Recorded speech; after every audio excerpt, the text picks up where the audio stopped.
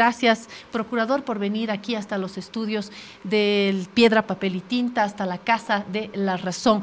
Bienvenido y espero que nos dé el tiempo para hablar de dos temas que están circulando mucho en la agenda. Vamos a comenzar con caso Murillo. Ayer ha salido esta información, de hecho usted la ha brindado. ¿Estamos en lo cierto con lo anunciado en nuestros titulares? Procurador. Bien, buenos días nuevamente, saludarle, Claudia, estar contento de estar en su programa, en su ambiente. En efecto, hemos sido notificados anoche, al final de la tarde, antes de ayer, con la información y con la declaración del señor Murillo, que ha renunciado al juicio por jurados, que debía llevarse a cabo el 28 de noviembre, en un tiempo más.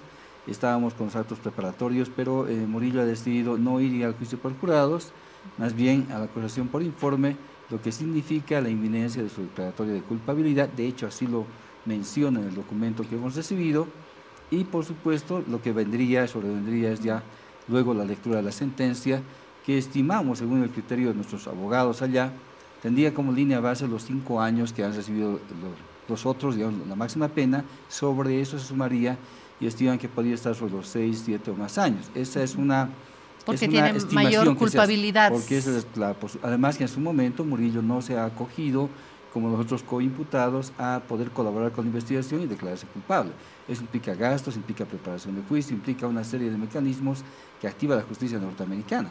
¿Por dónde reciben, procurador, esta información? ¿Cuál es? ¿Ustedes tienen que entrar a un sitio web o hay un vínculo directo vía Estado y Embajada de Estados Unidos, vía la encargada de negocios? ¿Cómo es el...? Nuestra participación es directa. Nosotros somos sujetos procesales que tenemos acceso a la información y reciben nuestros abogados allá en Miami todas las diligencias de notificación respectivas. Entonces la recepción es directa y la fuente, por eso cuando salimos con esta información, es de primera mano. Nosotros analizamos, hemos visto cuáles serán las consecuencias posiblemente jurídicas del tema, hemos preparado en la noche la información y al día siguiente yo he dado esa referencia a la población para que se sepa que juicio prácticamente no va a haber. Lo que va a haber es ya lectura de sentencia, luego la formalización de la declaración de culpabilidad, cuyo texto ayer ya se ha hecho conocer y hoy estamos ratificando ante la prensa. ¿De qué fecha estamos hablando ya para enterarnos la sentencia definitiva? Mire, estimamos, porque nada es escrito en piedra, ¿no?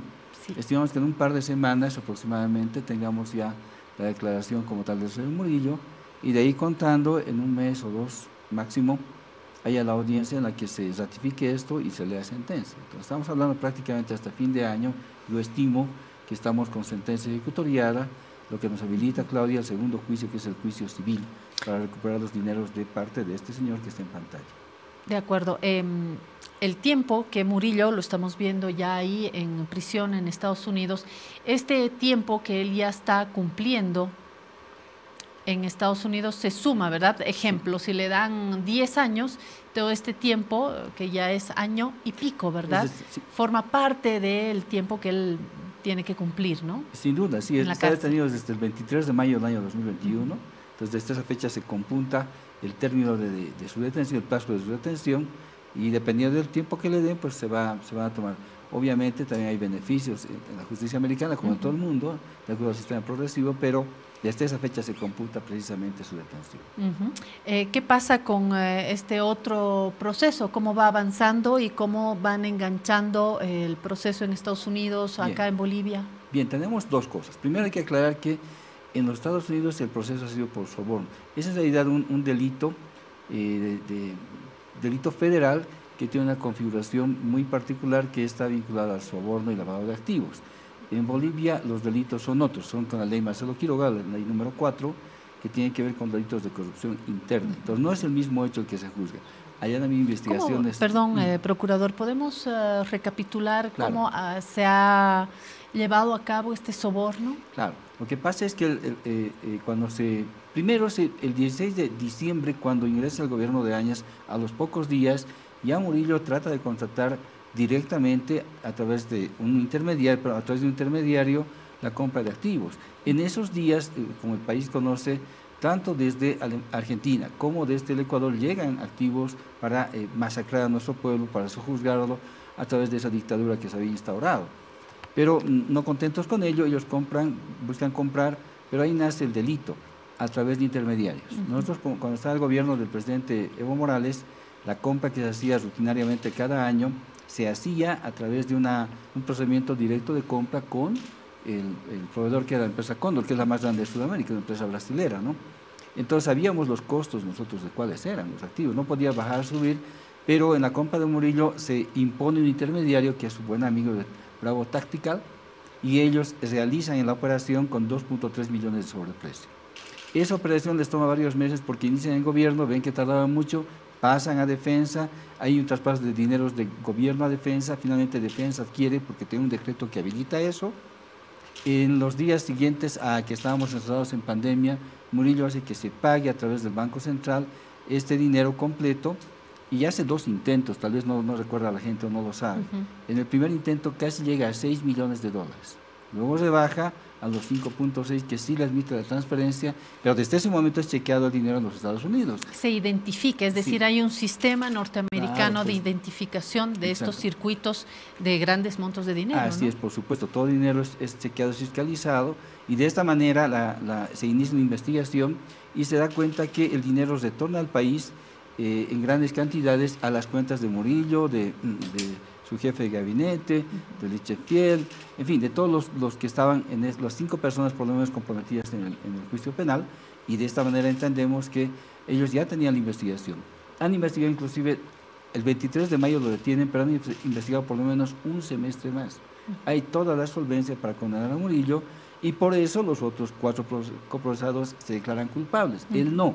Ha tenido la soberbia, amenazas, se especulaba que tenía un acuerdo porque era una comidilla para los medios que, discúlpeme, a veces desinforman, pues eso se ha dado. Pero al final de cuentas tenemos ahora esta declaración y tenemos la cosa muy clara. Lo que esperemos es la fecha de esta consolidación de su declaración y la sentencia, los años que le van a dar, y además, como esto resulta inapelable porque es algo voluntario, inmediatamente se cumple la sentencia y vamos a la reparación del daño. Reitero, con el juicio civil que hemos presentado como Procuraduría, también en Miami es otro juicio, para recuperar dinero. Tenemos grandes avances, declaraciones, ha declarado Mohamed Mostajo, entre otros que están allí en los Estados Unidos, han tenido que fue que comparecer. También ministro, claro, de ha sido el embajador, años, ha sido embajador de Ciencia y Tecnología, pero parecía más que ministro, pues estaba pavoneándose en Palacio de Gobierno. Ese señor tuvo que ir a la justicia americana, tuvo que declarar, y varios otros también.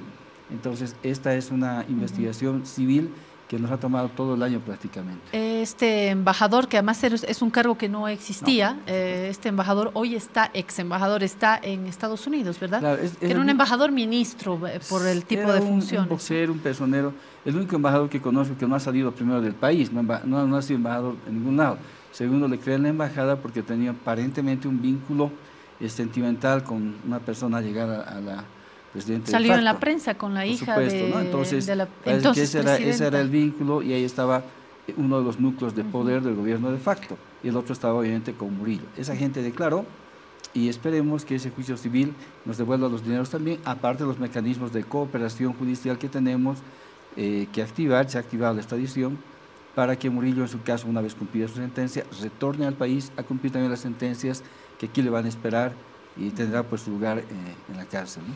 Como le decía, procurador, engrana este proceso en Estados Unidos con el otro proceso que es civil. Bien, engranan porque nosotros teníamos que esperar que concluya el juicio penal para que se dé luego el juicio civil, teniendo ya una declaración judicial, una sentencia ejecutoriada que dé cuenta de que efectivamente el hecho se ha producido, que la prueba está efectivamente ya judicializada, y de esta manera ir al juicio civil solo a la responsabilidad, a la reparación del daño, como se estila en Bolivia, allá en los Estados Unidos, a través de este juicio civil. Entonces la cuantificación la tenemos clara, son 2.3 millones de dólares que es el sobreprecio. Y entonces ahí en el juicio civil se ha incorporado, por ejemplo, la empresa Cóndor, se ha incorporado a las empresas que han hecho las transacciones de envío de dineros de manera irregular a Bolivia. Hemos ampliado el juicio civil, han presentado ellos sus incidentes para excluirse del caso. En primera instancia el juez les ha rechazado. Entendemos que por el sistema norteamericano el Tribunal de Apelación también haría lo mismo, han apelado, y en todo caso vamos a estar al frente con los 5 coimputados y también con la empresa, por supuesto, con Bravo Tactical como empresa, pero también con la empresa Cóndor, que es la más destacada, digamos, por la más grande, y además ellos sabían que había un sobreprecio, y pese a ello han seguido con el negocio con el gobierno de Yanine Áñez y Arturo Murillo. Entonces es una cosa que obviamente nosotros no podíamos dispensar, y teníamos que enjuiciar también a Cóndor, a la empresa Cóndor. Esto me imagino que va a traer también acusaciones de otras personas que hoy no están involucradas en este proceso en Estados Unidos. Sí. ¿El proceso ya en el país va seguramente a involucrar a otros actores? Sin duda, sí. El juicio por la ley 04 aquí en Bolivia, la ley Marcelo Quiroga Santa Cruz, está bastante avanzado. Se han seguido los conductos para que estas personas sean enjuiciadas. Recuérdese que en primera instancia este juicio fue iniciado por el ex procurador del mismo gobierno de facto. Tal vez uno de los pocos actos positivos que hizo fue ese, iniciar el juicio, porque era tan escandaloso el tema que inició un juicio de ese tipo. Murillo y López fueron a declarar, se acogieron a su derecho al silencio, un derecho constitucional, pero esa declaración basta para que hayamos continuado con la investigación, lleguemos en breve a acusación y a juicio, con ellos en rebeldía, sí, pero con ellos como acusados, y cuando vuelvan tendrán que venir a cumplir condenas en el país por ese juicio. Entonces se vinculan los dos hechos, que termina uno, empieza el otro, y en Bolivia también por nuestra parte, una vez concluidos la condena, esperamos a Murillo para que cumpla condena. ¿Qué me dice hoy del paradero del ex ministro de Defensa, López? Sí, López ha evadido el país. Sabemos que habría salido el 6 de noviembre en una avioneta hacia la frontera con Brasil, y de ahí le pierden la pista, la habría cruzado al Brasil. Esperemos que haya colaboración en algún momento, porque esta no es una persecución política, entonces no amerita ni asilo, ni amerita un beneficio del derecho internacional, no, para nada, ni refugio, digo, ni asilo ni refugio. Esta es una persecución judicial lícita, y eso nos objetiva además, buscamos justicia, lo demuestra la investigación que se ha hecho en los Estados Unidos. Entonces ellos deben responder por los hechos que han suscitado este gran negociado en contra del pueblo boliviano. Les reitero, cuando estábamos encerrados en pandemia, Murillo estaba presionando para pagar a la empresa en los Estados Unidos y luego recibir el soborno en Bolivia. Eso ha sido lo que ha hecho Murillo, y es lo más grave, digamos, que ocasionó. La gente estábamos todos asustados además, ¿no? Pero ellos estaban en otra, estaban robándole al país. Estamos con el procurador del Estado, defender la patria del separatismo junto a Evo. Procurador, me ha llegado un pronunciamiento firmado por una lista larga de exministras y exministros del gobierno de Evo Morales. Mostramos la lista, por favor, Oscar, Gabriel. La lista de los firmantes. Ahí está, la podemos ver hasta el final. Eso, por favor. Gracias. Para que vea usted la cantidad de exministras y ministros. Ahora sí, en el comunicado es largo, me voy a permitir leer parte fundamental. Vamos a mostrar la lista, por favor, la lista, Gabriel, de los firmantes. Entre 2008 y 2009, Bolivia sufrió una estrategia planificada por los grupos de poder económico y político de la derecha más retrógrada de 4 regiones de Bolivia: Santa Cruz, Beni, Pando y Tarija, que conformaron la mal llamada Media Luna, que intentó impedir las deliberaciones de la Asamblea Constituyente y evitar la aprobación y vigencia de la nueva Constitución Política del Estado. En ese contexto, el referéndum de agosto de 2008 ratificó con el 67% de los votos el apoyo democrático del pueblo boliviano al presidente Evo Morales y al vicepresidente Álvaro García Linera. El pueblo boliviano, dice más abajo, siguió su camino democrático y pacífico al aprobar con el 61% de los votos en las urnas, por primera vez en 184 años de vida republicana, una nueva constitución política del Estado. Dice más abajo, derrotada la Media Luna y con una nueva constitución en marcha, la oligarquía cruceña alentó la división de Bolivia y la creación de un nuevo país, siguiendo la idea del Comité Pro Santa Cruz y su secretario general Sergio Antelo, quien señaló, comillas. Ahí sí podemos ir al comunicado, a la parte en negrillas. En estas comillas dice: entendemos, a nuestro extenso territorio como la patria común de todos los cambas. Es indivisible y se extiende hasta donde llega nuestra cultura. Constituye la base material de nuestro poder nacional. La nación camba es indivisible, pero Bolivia sí puede y debe dividirse para formar aquella. Esto es el año 2001. Dice a continuación este pronunciamiento. La oligarquía cruceña, que siempre se pensó dueña de Santa Cruz, repartiendo las instituciones locales como herencias familiares, puso en marcha el plan separatista financiándolo, organizándolo y apoyando logísticamente sus operaciones. Más abajo dice el pronunciamiento. Una, entre muchas pruebas irrebatibles de la estrategia y acciones separatistas, la dio el propio mercenario Eduardo Rosa al periodista András Kepes, 8 de septiembre de 2008, poco antes de su ingreso a Bolivia, cuando, entre otras cartas, señala, comillas, ahí lo ve en mayúscula, sí, si no hay autonomía, si no hay convivencia con autonomía, proclamamos la independencia y fundaremos un país nuevo. Las pruebas de preparación, pagos de viajes, financiamiento, ingreso, entrenamiento y planos de operaciones se hallan consignados con minuciosa veracidad en el informe conclusivo Terrorismo separatista en Bolivia de la Comisión Especial Multipartidaria de la Cámara de Diputados. Me voy hasta el final. Dice, finalmente, aclaramos al pueblo boliviano que el informe de la CIDH recientemente difundido por alguna prensa no constituye una sentencia ni un fallo, sino una recomendación al Estado boliviano para que investigue hechos que los acusados de separatismo denunciaron como violatorio de sus derechos humanos. A su vez, denunciamos que los grupos de derecha involucrados en el separatismo y sus medios de comunicación se han dado a la tarea de mentir deliberadamente a la opinión pública, afirmando que el informe citado incluye una recomendación para el procesamiento penal del expresidente Evo Morales, lo cual es absolutamente falso.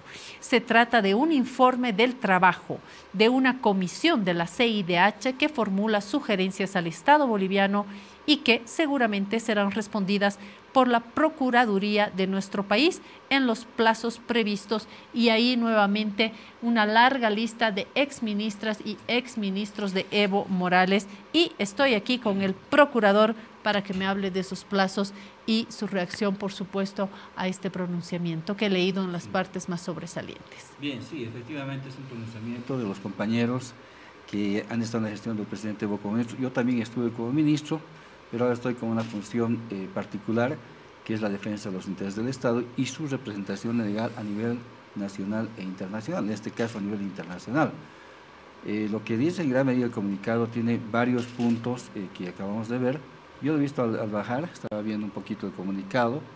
Entiendo que el contexto en el que se han dado los hechos del 2009 es un contexto efectivamente de un ataque a lo que era todavía la República de Bolivia, que buscaba una nueva constitución, y en ese contexto los que habían perdido el poder y habían perdido el referéndum habían visto un objetivo ya armado para en contra del país. En realidad yo más que esa declaración citaría lo que dice ese video póstumo que se publica cuando fallece el señor Rocha, Eduardo Rocha, fallece y se da la entrevista completa, y él hace esta aseveración, pero hace varias aseveraciones.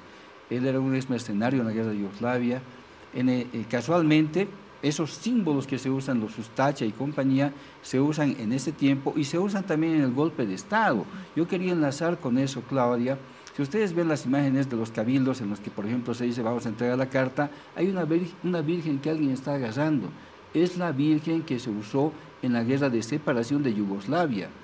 No es una virgen, ¿de qué cabildo se está hablando? No es la virgen del cabildo que usó Camacho para pedir la renuncia de Evo Morales en el golpe de Estado. El 2019. Es la misma estructura, se ha mantenido desde el 2009 hasta el 2019. Los mismos símbolos y el mismo financiamiento. Es una estructura de poder que se resiste a ser gobernada por un gobierno del pueblo. En el tema concretamente, todos sabemos que han habido esos actos terroristas de parte de estos sujetos, pero claro, ahora viene una investigación internacional cuyo informe por confidencialidad como Procuraduría no podemos expresarnos, estamos en reserva y confidencialidad, estamos a la espera de un plazo que seguramente va a ser por lo menos unos 60 días para que luego en ese tiempo trabajemos, como dice el comunicado en nuestras palabras también, trabajemos responsablemente la respuesta que vamos a tener como Estado. Ahora como hay Estado. que volver a mencionar al exministro de Yanine Áñez, Arturo Murillo, de quien ya hemos hablado en la primera parte de esta entrevista.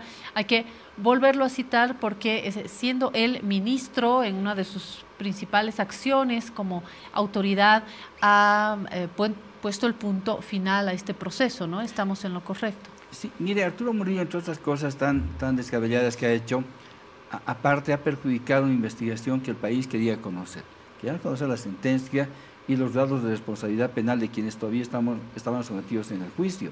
Recuérdese que en la Navidad del 2019 Yanine Áñez cena con toda esta gente, se va a cenar a festejar, y un tiempo después, entiendo que es el 24 de septiembre, se retira la acusación por parte de Murillo, pensando, claro, que el pueblo no iba a quitarles el poder. Un tiempito después el pueblo les quita en elecciones el poder y huyen del país.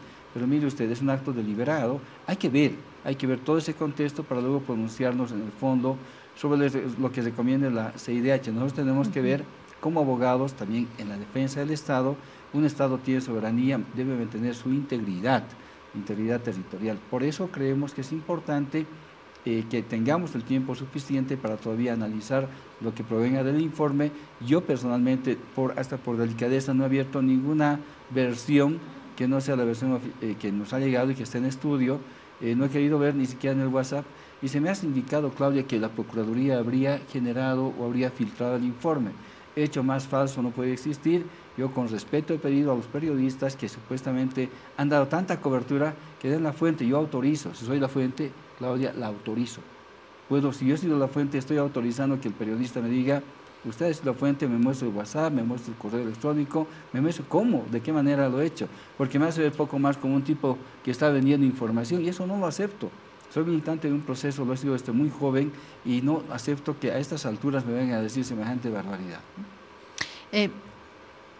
Está bien, creo que hay un tiempo de reserva, pero ¿qué elementos ya podríamos ir adelantando que son de conocimiento público para aclarar a la población? Porque ha circulado en muchos medios que esto estaría apuntando al expresidente Evo Morales y que se tendría que iniciar un proceso. ¿Cuál es la aclaración suya, La CIDH y la Corte normalmente no hacen alusión a personas, hacen alusión a responsabilidad de Estado. Entonces, difícilmente un informe, sea este u otro, puede indicar: háganle juicio a una exautoridad. Perdón, es informe y no no es una sentencia. Una sentencia, es un informe como lo señaló el periódico El Deber, y que fue desmentido. Porque era muy tendencioso. Luego ya la aclaración, si es que la han hecho, no sirve, pero... No fue tendencioso, fue falso. Deliberado y falso. Fue ¿no? falso. Era para perjudicar y decir: hay que enjuiciar, que no, ellos seguramente lo hacen con el fin político que tienen, porque es un medio que hace política. En todo caso, le reitero, en contexto, ningún informe recomienda enjuiciar a una persona determinada. Lo que puede recomendar es que se haga una investigación sin establecer una individualización de sujetos. Y esa es una tergiversación absoluta. Yo creo actos de maldad. Ahí el expresidente Evo claramente lo dice, ¿no? Es un enjuiciamiento, un ensañamiento político contra él, y es efectivamente eso. Yo no puedo negar que toda esa prensa que le tiene aversión al expresidente Evo Morales hace ese trabajo. Aclaramos que ningún informe podría recomendar eso, y menos aún a una sentencia. Lo que hacen es generar responsabilidad de Estado, si fuera el caso, y le estoy hablando en generalidad, no en el informe en concreto.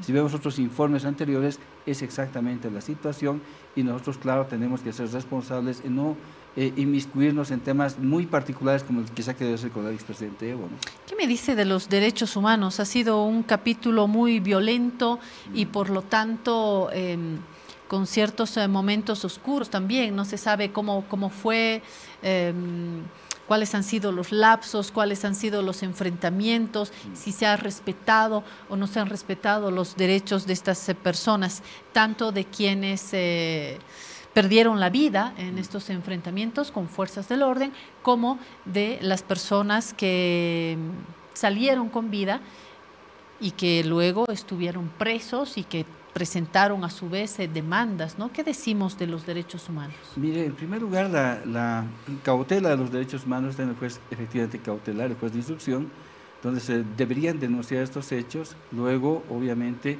entendemos que han habido inclusive hay sentencias del caso donde se reconoce el hecho en procesos abreviados que gestiona el país. Entonces, lo que tenía que pasar es que acabe el juicio penal. Yo creo que es un grave perjuicio para que todo esto termine, que abruptamente se haya suspendido ese juicio penal que estaba, entiendo, en una fase muy avanzada. Pues yo mismo fui a declarar hace varios años en ese juicio en la ciudad de Santa Cruz. He estado allá presente y he declarado como ¿Por ex ministro. qué tuvo usted que declarar, como es ministro fui a declarar. Fui a declarar como ex ministro de gobierno y fuimos varios, seguramente fue Carlos, fueron, no sé si Sacha, pero hemos Carlos comparecido. Romero, Sacha Llorenti. Sin duda alguna, todos hemos visitado y hemos tenido que comparecer de a poco en el juzgado. Entonces, vea usted que era un juicio que sí había tomado tiempo, pero muchos implicados, muchos incidentes, muchas acciones. Hay que ver desde un punto de vista objetivo, había muchas acciones dilatorias también que han perjudicado el avance de este proceso, pero eso, les reitero, tenía que verse en ese juicio. Ahora, que haya un informe final, que no es una cosa oficial aún, que nos diga luego y que cuando publiquemos o nos permitan publicar, veremos qué recomendaciones finales tiene la CIDH y con la mesura que nos corresponde, haremos las declaraciones y las acciones conducentes a cerrar totalmente este capítulo. Este caso se cerró el 2020, reitero, porque el entonces ministro Arturo Murillo dejó de ser denunciante y en su momento, si recuerda usted, lo ha calificado y lo dijo como un, comillas, regalo al pueblo cruceño, un día antes de que ese departamento conmemore un año más de su efeméride, que se recuerda el 24 de septiembre. Y acá se actuó también en acción, bajo la autoridad, en acción y bajo la autoridad de Lanchipa, ¿verdad? Sí, han habido dos retiros, la acusación particular del Ministerio de Gobierno y la acusación fiscal de parte de la Fiscalía General del Estado. Entonces, lo que hay que ver es todo ese contexto para ver cómo se cerró finalmente. Hubo una presión política enorme, ¿no?